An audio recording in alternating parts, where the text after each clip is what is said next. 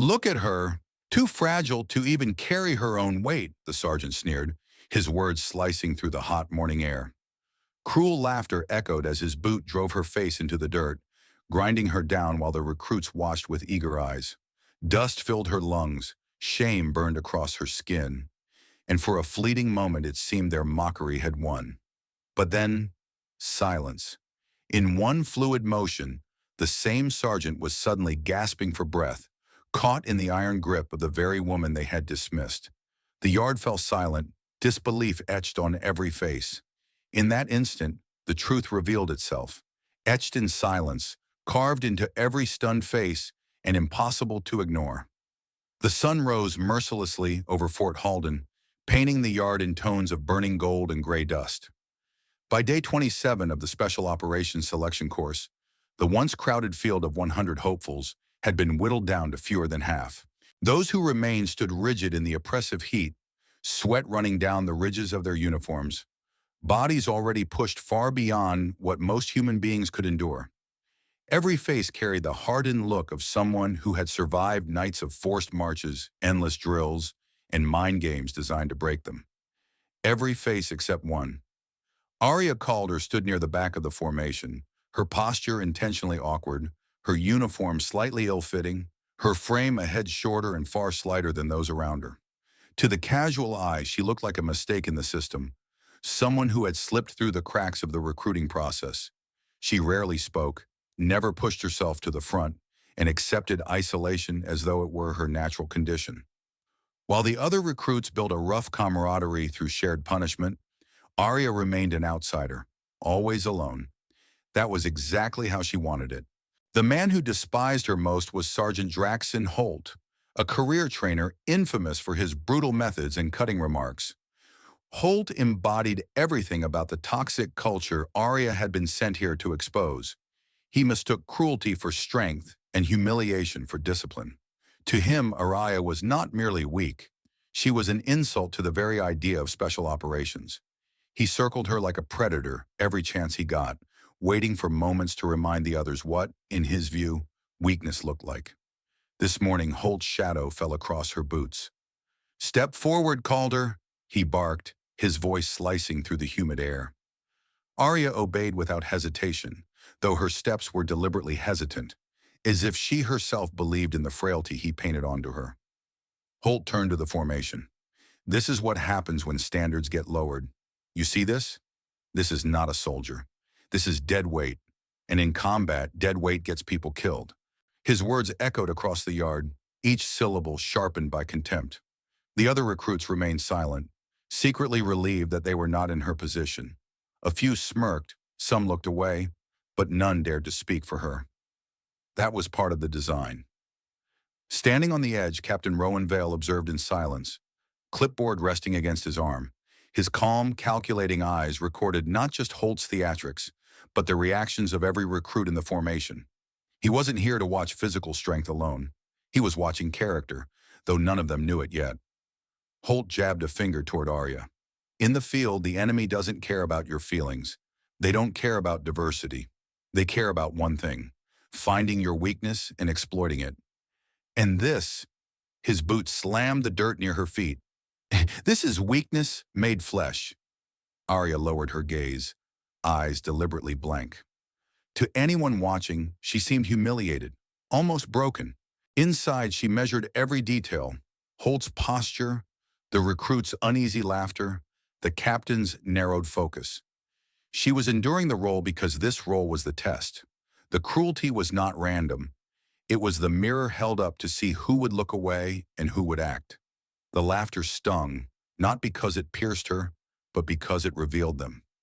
In that moment, the yard was no longer just a training ground. It was a stage where the true nature of those around her surfaced. And that is why she held her silence. There is a parallel here that extends beyond military yards. In offices, classrooms, and homes, how often do we see strength mistaken for domination? How often do we see cruelty paraded as discipline? Holt represented more than a sergeant. He was the face of every boss who belittles an employee to assert control, every coach who shames a player instead of building them up, every peer who bullies the vulnerable to secure a fragile sense of superiority. The real test, whether on the battlefield or in daily life, is not simply who can endure pain, but who can resist the temptation to inflict it. Aria's silence, her choice to remain the outsider, was not weakness. It was strategy. It was patience. It was the strength to let others reveal who they truly were. As the dust swirled around her boots and Holt's voice thundered across the yard, she gave no answer, no resistance. She endured, and in doing so, she held a mirror up to everyone watching. Because humiliation is never just about the one being humiliated. It is about those who choose to laugh, those who choose to stay silent, and those rare few who choose to stand against it. At Fort Halden, the yard was full of silence and laughter. Only later would some realize that those choices mattered more than any push-up or march. The afternoon sun at Fort Halden was merciless, scorching the yard until the very air seemed to shimmer. Sweat clung to uniforms, dust rose with every shuffle of boots, and fatigue hung heavy over the recruits. Yet when Sergeant Holt barked his next order, every man straightened. They knew what was coming. Holt had been waiting all day for this moment. Another chance to humiliate Aria Calder in front of everyone. "Step forward," Holt growled, eyes narrowing on her like a predator finally cornering its prey. Aria obeyed with that same awkward stiffness, moving as though she had never grown comfortable in her own skin. To the recruits, it was almost pitiful. To Holt, it was perfect. "On the ground," he snapped. Before she could brace herself, Holt shoved her hard. His boot pressed against her shoulder blades, grinding her face into the dirt. Dust filled her lungs, scraping her throat raw as cruel laughter erupted from the ranks. Some doubled over, slapping each other on the back, relieved that they weren't the ones under Holt's heel. Others sneered openly, their disdain pouring over her like salt on an open wound. To anyone watching casually, this was the end of the humiliation cycle. Aria would suffer, the others would laugh, and Holt would reinforce his twisted definition of strength. But something subtle shifted. A flicker in Aria's eyes, a twitch in the corner of her mouth that wasn't surrender, but calculation. Then it happened. In a blur of motion too fast for most to follow, Aria's body coiled beneath Holt's weight.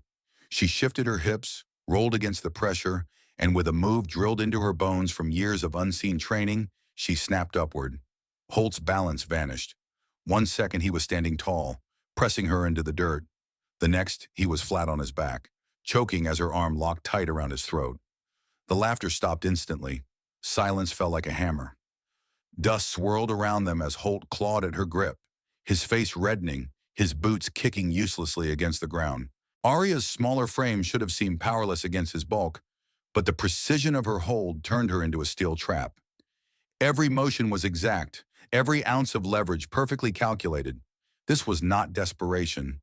This was mastery. The recruits stood frozen. Some blinked as though their eyes had betrayed them. Others opened their mouths, but no sound came out. For weeks they had mocked her, dismissed her, laughed at her expense. Now the very sergeant who had led the jeers was helpless beneath her. At the edge of the yard, Captain Rowan Vale stepped forward. Clipboard still in hand, his expression was unreadable at first. Then with sharp precision, he raised his hand in a crisp salute. His voice rang across the stunned silence. "Attention! You stand in the presence of Major Aria Calder." The yard rippled with disbelief. Eyes widened. Breaths caught. The recruit's shock deepened with every word. Distinguished Service Cross recipient, former Ghost Program operative. Your new commanding officer. The weight of the revelation settled like a storm cloud. Holt gasped, still trapped, as his authority crumbled. Aria released him only when she chose, her movements calm and deliberate. She rose smoothly, dust clinging to her uniform, her gaze steady and unyielding. In that moment, she was transformed before their eyes. No longer the outsider, no longer the weak recruit. She was something far greater, and she always had been. It was more than just a reveal of rank. It was a revelation of truth. For nearly a month, she had endured their jeers, their cruelty, their doubts. She had let them define her as weak because it exposed who they really were. And now, with one decisive action, she shattered the illusion. The yard was utterly still. No one dared laugh now. Instead, shame crept into faces that had once smirked. Regret weighed on those who had joined the chorus of mockery. The power dynamic had inverted, and the silence spoke louder than Holt's booming insults ever had. This is the moment that lingers in memory, not because of the chokehold itself, but because of what it symbolized. It was a lesson written in dust and silence. Never mistake quiet endurance for weakness. Never assume that the one you ridicule is powerless. And it is a lesson that extends beyond military grounds. How many times in life do we dismiss someone because they don't fit the mold we expect? The quiet student in the back of the classroom, the colleague who avoids office politics, the neighbor who seems too frail, too reserved, too ordinary. Again and again, society confuses silence with submission, humility with incompetence. But when the moment of truth arrives, it is often the underestimated who reveal the greatest strength. In that yard, every recruit saw it firsthand. The strongest warrior was not the loudest voice nor the harshest hand, but the one who could endure mockery and still hold the discipline to act only when the moment was right. Aria Calder was not just teaching combat, she was teaching character. As Holt staggered to his feet, red-faced and humbled, the recruit's perception of reality had been permanently altered. They would never look at her the same way again. More importantly, they would never again be so quick to laugh at weakness, not without remembering the silence that followed Holt's collapse. And perhaps that is the greatest counter of all. Not the physical reversal of power, but the moral one. Aria showed them that real strength is not proven by stepping on others, but by rising from the dirt and showing restraint until it truly matters. The yard had been full of laughter. Now it was full of silence. And in that silence, a new truth was carved into every stunned face. The dust had not yet settled in the training yard when Major Aria Calder turned to face the formation. Dozens of recruits stood stiff and uneasy, their eyes darting between her steady posture and the sergeant still recovering on the ground. The illusion had shattered, and with it, their sense of certainty. For nearly a month they had convinced themselves she was weak, unworthy, a burden. Now in the silence, they realized they had been the ones tested. Aria's voice cut through the air, clear and unwavering. Strength, she began, is not cruelty. She let the words hang for a moment, allowing the weight of them to settle into the silence. It is not mockery. It is not grinding someone's face into the dirt to prove you can. Her gaze swept across the line of recruits. Some shifted nervously, others stared at the ground, unable to meet her eyes. For weeks, she continued, you believed cruelty meant power. That laughter at another's expense meant camaraderie.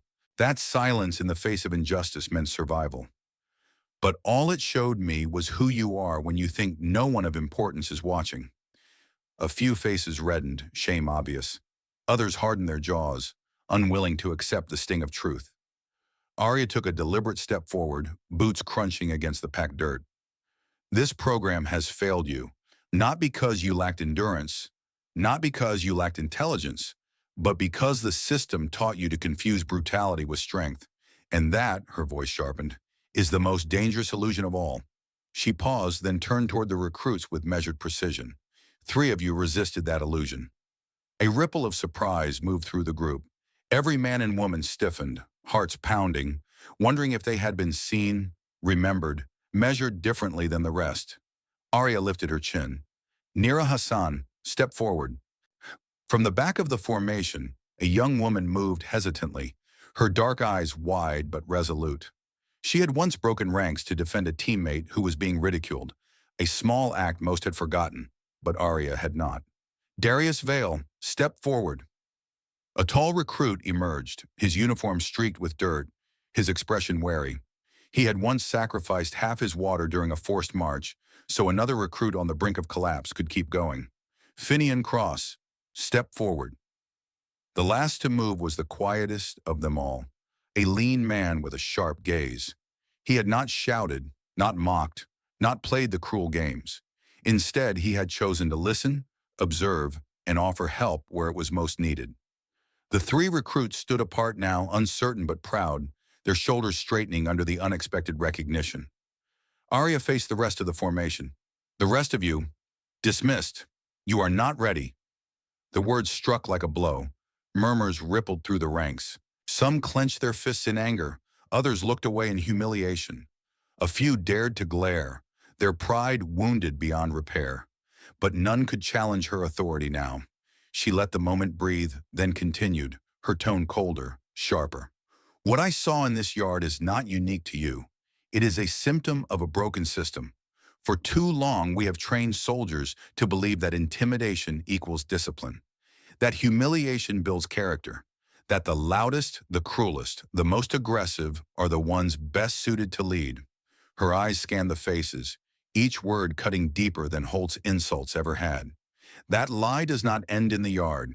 It follows into the battlefield, into command decisions, into lives lost because someone thought cruelty made them stronger. Aria's words did not just condemn the recruits. They reached beyond the walls of Fort Halden. They echoed into boardrooms where bosses belittled employees under the guise of motivation, into sports fields where coaches screamed at young athletes, mistaking fear for discipline, into classrooms where teachers humiliated students, claiming it would toughen them up. Everywhere the same illusion was repeated, that power is proven by breaking others down. But cruelty, Aria said firmly, does not create strength. It creates fear. It creates resentment. It creates soldiers, employees, players, and students who are broken before they even begin. She looked again at the three who had stepped forward. Real strength is restraint. It is judgment. It is knowing when to use power and when to hold it back. Strength is lifting others, not trampling them. The silence deepened. This was not the silence of shock, as before. It was the silence of reflection, of truths landing too hard to ignore. Finally, Aria spoke once more, her voice calm but resolute. I did not come here to find who could run the farthest or shout the loudest. I came to see who had the character to lead when no one else was watching. 3 of you proved it. The rest must learn, or they will never be ready. She let her words linger, then turned sharply on her heel, signaling the end of the exercise. The dismissed recruits trudged away, their heads lowered, while Nira, Darius, and Finnian remained rooted to the ground, the weight of their selection settling over them like armor. And as the dust settled once more over Fort Halden, a new reality was clear. The illusion had been broken. Strength was no longer measured by cruelty, but by the courage to defy it. The evening air inside Fort Halden's command building was cool, a stark contrast to the heat and dust of the yard. Fluorescent lights hummed faintly, casting sterile brightness over the briefing room. A wall of tactical maps lined one side, while on the other, reports and after-action files were stacked in neat rows. Here the tone was not laughter or silence. It was confrontation.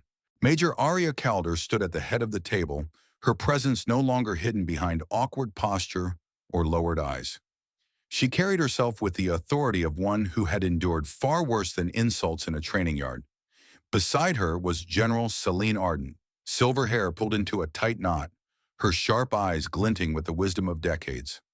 Ardent had become one of the strongest allies in the Reform Initiative, a strategist who saw beyond the old ways and understood that cruelty did not create warriors, it created liabilities.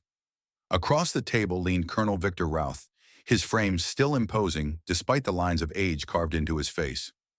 Rauth was the embodiment of the old guard, a man forged in an era where brutality was the measure of strength and breaking soldiers down was the only way he knew how to build them up.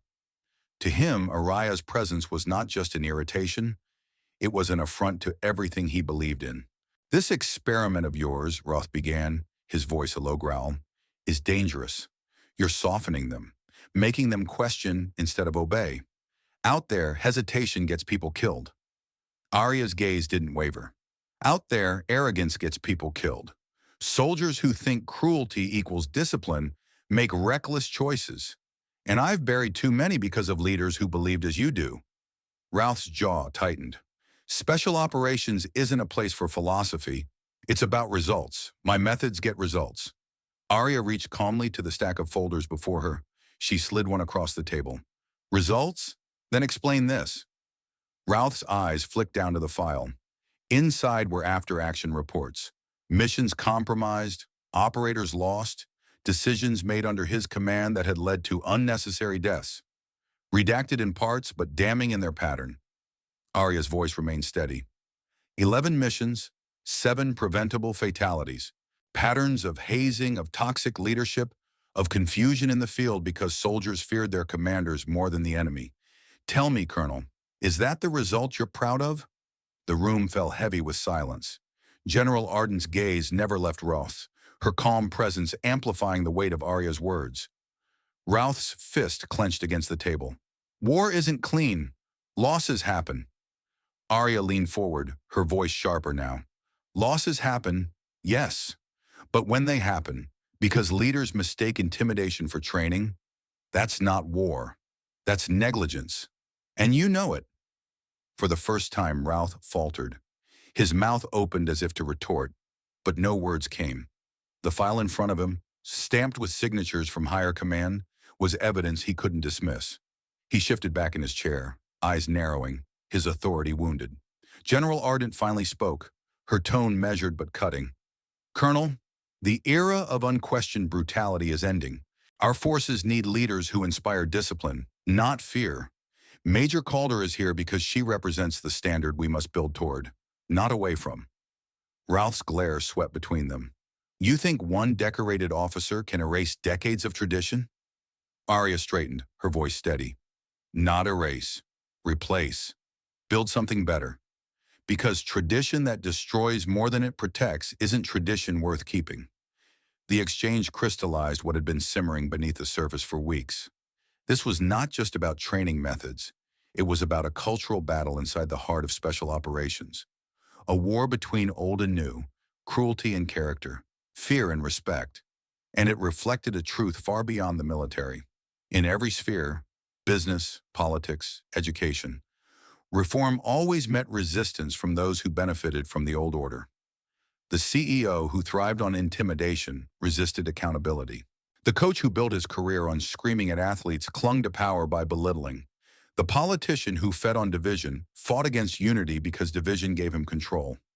Systems resist change not because change is wrong, but because those in power fear losing their grip. Colonel Rauth was just another face of that resistance, hardened, unyielding, and convinced that his way was the only way. But even he could not deny the record before him, nor the authority Aria now embodied. He may not have accepted her vision, but for the moment he was silent, and silence in a man like Rauth was already a victory. Aria gathered the files, her eyes never leaving his. This isn't about me, Colonel. It's about the next generation. We can't afford to keep making the same mistakes. Reform isn't weakness. Reform is survival. General Ardent nodded in agreement. And survival, Colonel, is something we all claim to value, unless you'd rather cling to the past than ensure a future. The tension in the room lingered, but the balance had shifted. For once, the weight of the old guard was checked. The path forward would still be contested, but in that moment, reform had a voice too sharp to ignore. The dawn at Fort Halden was quieter than usual. The dismissed recruits had been sent away, leaving only 3 figures standing in the yard. Nira Hassan, Darius Vale, and Finnian Cross. They shifted nervously as Major Aria Calder approached, her boots steady against the packed dirt. No jeers filled the air now, no cruel laughter, only the weight of expectation. This, Aria said, her voice low but commanding, is where the real training begins. What you faced before was a test of endurance. Now we test judgment. The trio exchanged uncertain glances. They had endured brutal marches, sparring matches, and the relentless taunts of Sergeant Holt. But Aria's tone suggested something different, something deeper. The first exercise was a simulated combat scenario. The recruits were led into a mock village constructed within the base, complete with abandoned buildings, alleys, and hidden hazards. Each was given a limited amount of ammunition and told to complete a rescue mission. What they didn't know was that the exercise had been designed with impossible odds. Finnian led the way, scanning rooftops with sharp eyes. Darius, muscles taut with tension, kept his weapon ready. Nira followed closely, her instincts tuned to every sound. When the ambush came, and it came hard, the trio was overwhelmed within minutes. Smoke bombs obscured their vision, blanks cracked through the air, and role players in enemy uniforms swarmed them. When they were finally called to halt, panting and frustrated, Aria stepped into the clearing. You failed, she said plainly, but not because you were outgunned. You failed because you forgot the rule. Mission first, ego second. You tried to fight the entire battle when your objective was extraction. The lesson stung, but it sank in. This was no longer about brute force, it was about clarity of purpose. The next test was ethical. In a controlled scenario, the recruits were presented with a prisoner who had information but was uncooperative. An actor posed as a captured combatant, sneering and refusing to speak. The recruits were told they had 10 minutes to extract critical intel. Darius, sweating, looked ready to intimidate. Finnian suggested bluffing, but it was Nira who knelt down, offered water, and spoke calmly. We're not here to hurt you, we're here to understand. Within minutes, the actor relented and revealed the key information. Aria's approval was subtle, a nod, a glint of recognition. Compassion, she told them, is not weakness. Sometimes kindness opens doors, violence never will. The third test was one of observation. The recruits were taken into the forest and instructed to patrol a designated route. Unknown to them, Aria herself shadowed them, leaving subtle signs along the path. Disturbed branches, unnatural tracks, the glint of sunlight off metal half buried in the dirt. Finnian was the first to notice the glint. Darius almost missed a set of tracks that curved toward higher ground. But it was Nira who pieced together the signs, realizing they were being shadowed. She called a quiet halt, her calm voice guiding the others. When Aria revealed herself, she gave a rare smile. Observation is survival. Most battles are won or lost before the first shot is fired. That evening, as the trio sat exhausted around a dim light in the barracks, Aria shared the words that had guided her since childhood. Her father, Commander Aria Calder, had been a man of both war and wisdom. He taught me one thing above all, she said, her voice softening. True strength protects. Strength that dominates destroys itself. But strength that protects endures, builds, and saves. Wait firm. The recruits listened in silence. For them, this was more than a lesson in combat. It was a philosophy of life, and this truth resonates beyond military walls. In business, the strongest leaders are not those who crush subordinates, but those who nurture them. In sports, champions are not those who humiliate teammates, but those who lift them to perform at their best. In education, the most enduring teachers are not tyrants, but mentors who protect curiosity and guide growth. Too often, society equates aggression with authority, but aggression is fleeting. It burns out. Compassion and restraint, on the other hand, are enduring. They inspire loyalty, trust, and resilience. They create not just followers, but future leaders. Aria looked at the three recruits, their faces illuminated by the faint glow of the barracks lamp. Your training won't make you the strongest in muscle or the fastest in speed. It will make you the strongest in judgment. And that, she said firmly, is the only strength that matters. As the night deepened, the three realized that they had stepped into a different kind of war. Not one fought only with weapons, but with choices. Choices that could define lives, save missions, and change the very culture of the force they had chosen to join. And for the first time since stepping into the yard at Fort Halden, they felt the weight of strength not as a burden, but as a responsibility. The morning sky over Fort Halden blazed in shades of gold as the recruits assembled in the courtyard. This time, the gathering was smaller, quieter, more focused. Gone were the rows of exhausted faces and the sneers of those who thrived on cruelty. Only three stood at attention: Nira Hassan, Darius Vale, and Finnian Cross. Dust swirled lightly at their boots as General Selene Ardent stepped forward, a box of insignias in her hands. Today, the general declared, her voice carrying across the yard, we mark a turning point. She pinned badges onto their uniforms, one by one. You are no longer just recruits. You are the first of the Vanguard Reform, a force built not on intimidation, but on judgment, compassion, and resilience. The three recruits stood taller, their eyes burning with pride and determination. Behind them, Major Aria Calder watched, her expression steady, though deep inside she felt the weight of what this moment meant. This wasn't just about three soldiers. It was about the possibility of reshaping an entire culture. Yet Aria knew the true test was still ahead. When the applause faded and the formation was dismissed, General Ardent turned to her. Your next assignment has been approved, the general said, her tone both grave and encouraging. You'll take command of Colonel Victor Rauth's unit. The words landed like a challenge carved into stone. Rauth's unit was infamous, hardened by years of brutality, loyal to the old ways and resistant to change. Reforming them would be like trying to bend iron with bare hands. But Aria didn't flinch. She simply nodded. Then that's where I'm needed most. As dusk fell, Aria addressed the three new members of Vanguard Reform in a quiet briefing room. Her voice carried neither the coldness of command nor the false warmth of flattery. It carried truth. What you've begun here is only the first step. The road ahead will be harder than anything you've faced. Change will be resisted. Some will mock you, some will hate you. But remember this, true strength is not measured by how many you can dominate, but by how many you can protect. Nira's eyes gleamed with resolve. Darius nodded silently, jaw set. Finnian clenched his fists, not with aggression, but with focus. They understood. Aria gathered her files, preparing to leave for Rauth's unit the next morning. As she paused at the doorway, she looked back at them one last time. Reform is never easy. It never has been, but it is necessary, and we are the ones chosen to begin it. The silence that followed was not heavy. It was filled with purpose.